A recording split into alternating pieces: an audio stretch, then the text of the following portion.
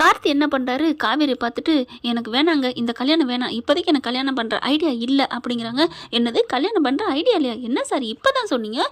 உங்களை விட்டு எனக்கு எந்த பொண்ணுமே பிடிக்கல, நான் தான் கடைசி மாப்பிள்ள, நான் தான் மாப்பிள்ள அப்படிலாம் சொன்னீங்க, இப்போ என்ன அப்படி சொன்னேங்க. இப்போ வேணாங்க, என்னை ஆளை விடுங்க. ஹலோ ஹலோ என்ன விடுங்கன்னு சொல்லிட்டு போகிறதுக்கு என்னங்க, ஏதாவது ரீசன் சொல்லுங்கள். ரீசன் சொல்லாமல் நீங்கள் வாட்டுக்கு போனால் என்ன அர்த்தம் அப்படிங்கிறாங்க. ஹலோ ரீசன்லாம் சொல்ல முடியாதுங்க, வந்தோம் பார்த்தோம் பேசினோம் பிடிச்சிருந்துச்சு, ஆனால் என்னமோ தெரியலைங்க, எனக்கு பிடிக்கலங்க அப்படின்னு சொல்ல. இங்கே பாருங்கள், பிடிக்கலைங்கிறதுக்கு காரணம் சொல்லியே தீரணும் அப்படின்னு சொல்ல. இங்கே பாருங்கள் நான் சொல்லிவிட்டு என்னை ஆளை விடுங்க அப்படின்னு சொல்லிட்டு வேகமாக கிளம்ப. ஹலோ ஹலோ இங்கே பாருங்கள், கார்த்தி மிஸ்டர் கார்த்தி, இங்கே பாருங்களேன், கார்த்தி மாதிரியே துள்ளி ஓடுறாரே அப்படின்னு சொல்லிட்டு போயிட்டே இருக்கிறாங்களா. பின்னாடியே போகலாமா? என்னம்மா காவேரி, அதாவது விஜய்கிட்ட அசிங்கப்பற்றக்கூடாது அப்படிங்கிறக்காண்டி இந்த கார்த்திகிட்ட பின்னாடியே போக, அங்கே பார்த்தீங்கன்னா இந்த குழி இருக்குது பார்த்தீங்களா, பாதாள சாக்கடையெல்லாம் அந்த ஓப்பன் பண்ணி வச்சுருப்பாங்கல்ல, அதை அப்படியே திறந்த வாக்கில் வச்சுருக்காங்க மூடாமல். நம்ம தலைவி அதில் போய் படார்னு காலை விட்டு உள்ளுக்குள்ளே விழுந்துடுறாங்க. அப்படியே உரசி கிராஸ் ஆயிடுது பாதி வரைக்கும். ஐயோ அப்படின்னு சொல்லிட்டு தலைவர் பறந்து ஓடுறாரு.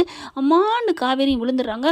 சும்மா பாஞ்சு அடித்து போய் பிடிச்சி தூக்கிடுறாருங்க. தூக்கி கஷ்டப்பட்டு தூக்குறாங்க. உடம்புலாம் கொஞ்சம் கொஞ்சம் சகதி இதுவுமா இருக்குது. ஆனால் அவன் திரும்பி பார்த்தவன் அப்படியே பார்க்குறானா, அம்மாடி எனக்கு வேணாப்பா அப்படின்னு ஓட காவேரி பார்க்குறாங்க. அட பாவி, இப்படி பாதியில் விட்டுட்டு போகிறானே, நல்ல வேலை முருகா, இவனோட குணத்தை கேரட்டை நீ இப்போவே காமிச்சிட்டியே, இல்லைன்னா நான் இவன் பின்னாடியெல்லாம் இருந்திருப்பேன், நல்ல வேலை அப்படின்னு விஜய் அப்படி பார்க்குறாங்க. விஜய் அப்படி தூக்கிக்கிட்டு போகிறாருங்க வேகமாக.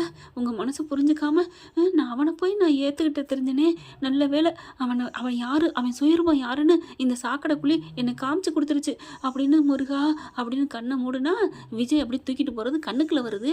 நீங்கள் கவலைப்படாதீங்க அப்படின்னு சொல்கிறது. ஆனால் கண்ணை திறந்து பார்க்குறாங்க. அதே தங்க சொல்லிட்டு வராரு. என்ன இது, கனவுல வர்றது நினைவுலையும் இருக்குது அப்படின்னு சொல்லிட்டு கார்கிட்ட வந்துடுறாங்க. அந்த பொண்ணு என்னாச்சு அப்படி கேட்கல. இந்த மாதிரி விழுந்துருச்சு, அது விழுந்ததே பார்த்துருது, இருந்தாலும் என்ன அப்படின்ட்டு கதவை திறக்கிறாங்க. அப்படி காவேரி பார்க்குறாங்க. என்னங்க என் உடம்புலாம் சேரு ஜகதியமாக இருக்குது, நீங்கள் உங்கள் காரம் அழுக்காயிராதா? என்ன நீங்கள் பேசிட்டீங்க காவேரி மிஸ், தள்ளுங்க அப்படி சொல்லிட்டு, இதெல்லாம் முக்கியமா, இதெல்லாம் பெருசா அப்படின்னு சொல்லிட்டு வேகமாக கொண்டு போய் காருக்குள்ள வச்சிடுறாரு. இந்த பொண்ணை முன்னாடி பக்கத்தில் உட்காந்து பிடிச்சிக்கிறீங்களா அப்படிங்கிற. சகதியாக இருக்கே, சரி நான் பார்த்துக்கிறேன் அப்படின்னு சொல்லுது. ஏன்னா விஜய் காண்டி பிடிச்சி தான் ஆகணும் அப்படின்னு பிடிச்சிக்கிறாங்க. அதுக்கப்புறம் வண்டி எடுத்துகிட்டு வேகமாக போகிறாருங்க. விஜய் அலறி அடிச்சுட்டு ஆஸ்பத்திரி தூக்கிட்டு போகிறாரு.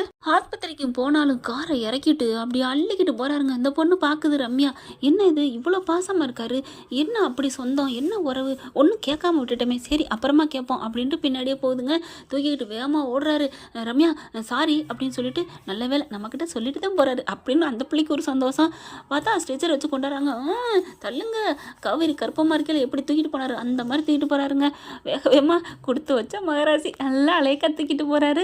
விஜய் கொடுத்து வச்சவங்களா இல்லை காவேரி கொடுத்து வச்சவங்களான்னு தெரியல. தூக்கிக்கிட்டு போயிட்டு ரூமில் கொண்டு போய் வைக்க, அவங்களாம் டாக்டர்லாம் என்னாச்சு, கை காலெல்லாம் ஒரே கிராச்சாக இருக்குது, சரி நாங்கள் பார்த்துக்குறோம் அப்படின்னு சொல்லிட்டு விஜய் வெளியே நிற்க சொல்லிடுறாங்க. இல்லை நான் உள்ளே தான் நிற்பேன் சார், வெளியே நில்லுங்க சார், நீங்கள் யார் இவங்களுக்கு, என் பொண்டாட்டி சார், அவன் என் ஒய்ஃபு சார், நான் அவள் புருஷன் சார், சரி யாராக இருந்தாலும் வெளியே நில்லுங்க அப்படின்னு நிற்க வச்சுட்டு ட்ரீட்மெண்ட் பண்ணுறாங்க. காவேரி கொஞ்சம் மயங்கிருதுங்க.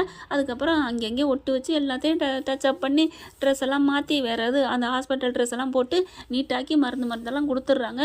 கொஞ்சம் குணமாயிடுது. அப்புறமா உங்கள் ஒய்ஃபுக்கு சரியாச்சு வாங்க உள்ள அப்படின்னு கூப்பிட, அந்த பொண்ணு என்ன பண்ணுது, என்னது ஒய்ஃபா அப்படின்னு ரம்யா கேட்க, இல்லைங்க நான் யாருன்னு கேட்டாங்க, கையெழுத்து போடணுன்னாங்க, அதனால ஹஸ்பண்ட்னு சொன்னீங்க, இல்லைன்னா மாட்டேன்ட்டாங்கன்னா பாவம் இல்லையா. உங்கள் மனசு என்ன மனசுங்க, ஒரு பொண்ணு நல்லா இருக்கணுங்கிறக்காண்டி யாருமே செய்ய துணியாத ஒரு காரியத்தை புரிச்சேன்னு சொல்லிக்கிங்க பார்த்தீங்களா, உங்களை நினச்சா இன்னும் பெருமையாக இருக்குங்க, நீங்கள் என்கிட்ட நெருங்கி வர்றீங்க, ஐயோ அப்படின்ட்டு உள்ளார ஓடுறாரு. இந்த பொண்ணு வேற பாவமாச்சு அப்படின்ட்டு உள்ளார போயிட்டு, காவேரி ஒன்றும் இல்லை மிஸ் அப்படின்னு டவக்குன்னு காவேரின்றாரு. அதுக்கப்புறம் மிஸ்ஸுங்கிறாங்களா. இங்கே விஜய் காவேரி பார்க்குறாங்க.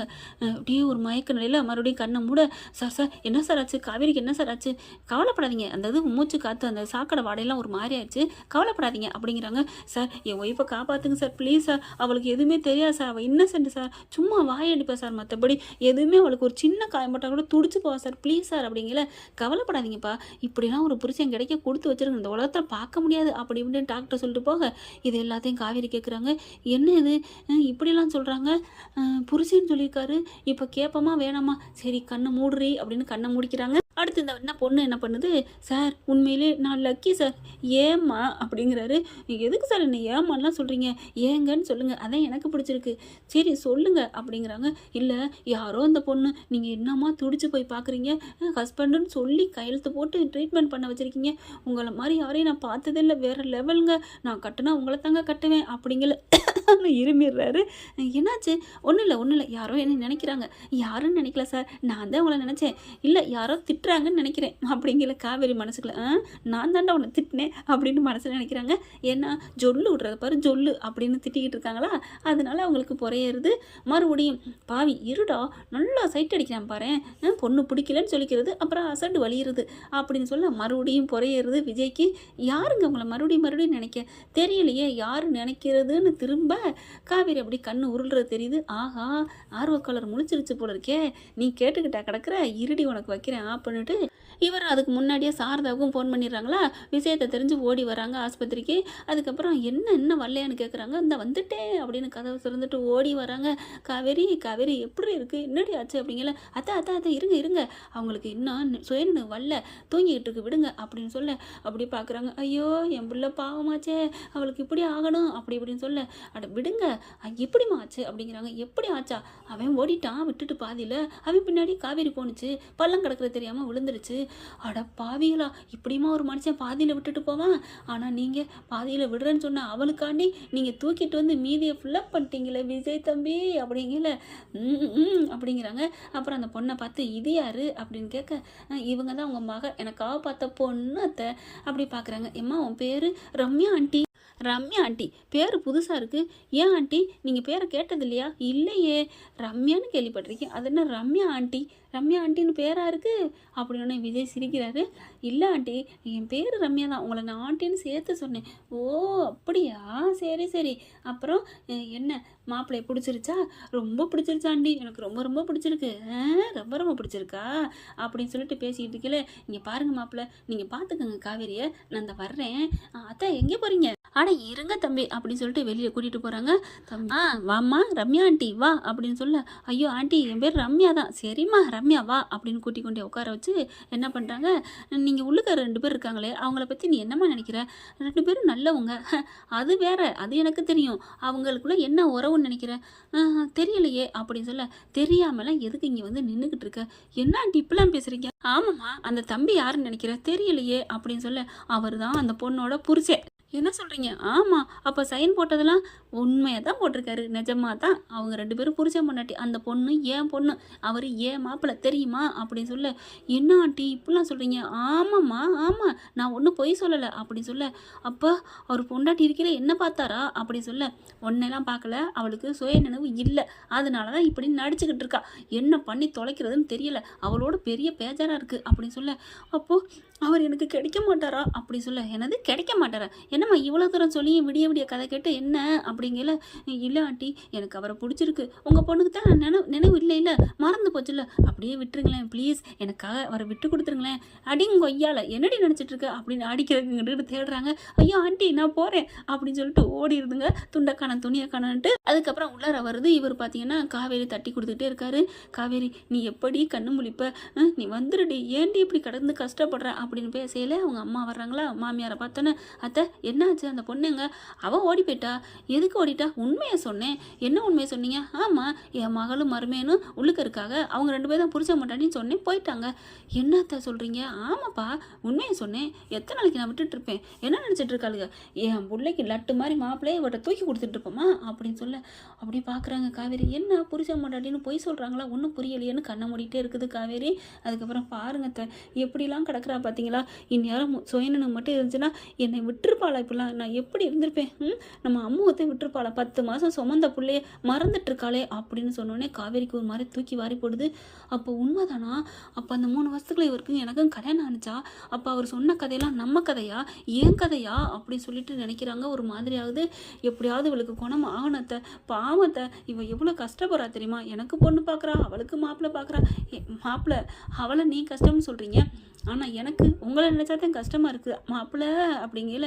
நீங்கள் கவலைப்படாதீங்க அத்தை, என்னைக்கு இருந்தாலும் என் பொண்டாட்டி காவேரி தான். அவள் ஆஸ்பத்திரிக்குள்ள ஆப்ரேஷன் அப்போ என்ன சொன்னா, எந்த நிலைமையில் நான் இருந்தாலும் என்னை கைவிட்டுறாதீங்களே விஜய் அப்படின்னு சொன்னான். அந்த வார்த்தை தான் எனக்கு தெய்வ வாக்கு. அதை நான் மனசில் வச்சுக்கிட்டு என்ன நிலைமையில் என்னை அடித்து மிதித்து தூக்கி போட்டாலும் காவேரிகிட்ட தான் நான் வருவேன் அத்தை.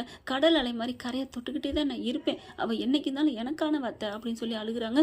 தம்பி அழுகாதீங்க தம்பி அப்படிங்கல டாக்டர் வராங்க.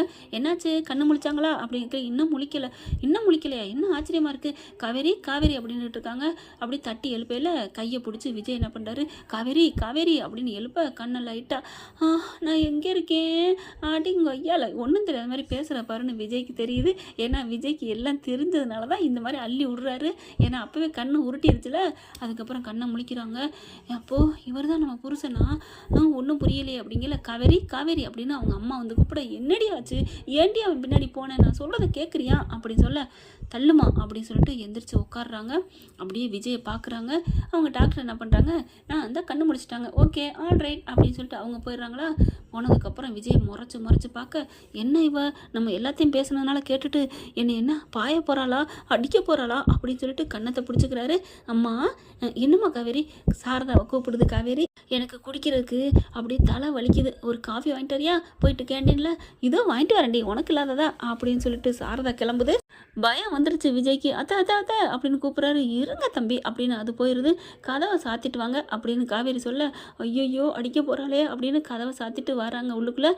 என்ன காவேரி மிஸ் அப்படிங்கல அப்படியே சட்டையை பிடிக்கிறாங்க. என்ன மிஸ் என்ன அப்படிங்கல, நீ பேசுனதெல்லாம் கேட்டேன்டா அப்படின்னு சொல்ல, கேட்டிங்களா, கேட்கணும்னு தானே சொன்னது அப்படின்னு இங்கிட்டு திரும்பிட்டு பேசுகிறாரு, முணுமுணுக்கிறாரு. ஹலோ என்ன நினச்சிட்ருக்கீங்க, எல்லாத்தையும் மூடி மறைச்சிருக்கீங்களா, எல்லாம் நான் கேட்டேன் எல்லாம் கேட்டேன், நீங்கள் சொன்ன கதை பூரா ஏன் கதையா அப்படின்னு சொல்ல, இப்போ என்ன பண்ண போகிறீங்க, அடிக்க போகிறீங்களா, அடிச்சுக்கோங்க அப்படின்னு சொல்ல, நான் அடிக்க போகிறேன்னு சொன்னேனாடா, சொன்னனா என்ன ஆர்வக்கோளாறுன்னு சொல்லிவிட்டு நீங்கள் இப்போ ஆர்வக்கோளாராக இருக்கியாடா, என்ன சொல்கிறீங்க காவேரி, நான் அடிக்கிறக்கா கூப்பிடலை, அடிக்கிறதா எங்கள் அம்மா முன்னாடி நான் அடிச்சிருப்பேன்ல, அப்புறம் வேறு என்ன பண்ண போகிறீங்க அப்படின்னு சொல்ல, அப்படியே சட்டையை பிடிச்சி இழுத்து தான் மார்போட சாச்சு அப்படியே அணைச்சி எங்களுடைய தலையை திருப்பி கிஸ் அடிச்சிடுறாங்க. லிப்பு அப்படியே அப்படின்னு அசந்து போகிறாரு. ஐயோ இது ஆஸ்பத்திரி, அதான் தாபா போட்டிங்கல்ல அப்படின்னு வாயை எடுத்துகிட்டு மறுபடியும் கிஸ்ஸை கொடுக்க, அடக்கடவுளே புருஷன் தெரிஞ்சோன்னா பொங்குறாளே என் பொண்டாட்டி அப்படின்னு ரொம்ப சந்தோஷப்பட்டுக்கிறாரு. என்ன பண்ணுறேன், இப்படிலாம் கற்பனை கதை போனால் நல்லா தானே இருக்குது. டைரக்டர் என்ன பண்ண போகிறான்னு பொறுத்து இருந்து பார்க்கலாம். இதை பற்றி உங்களுக்கு பிடிச்சிருந்துச்சுன்னா உங்கள் பொண்ணான கையில் ஒரு லைக்கை போட்டு சப்ஸ்கிரைப் பண்ணிடுங்க. Thank you friends.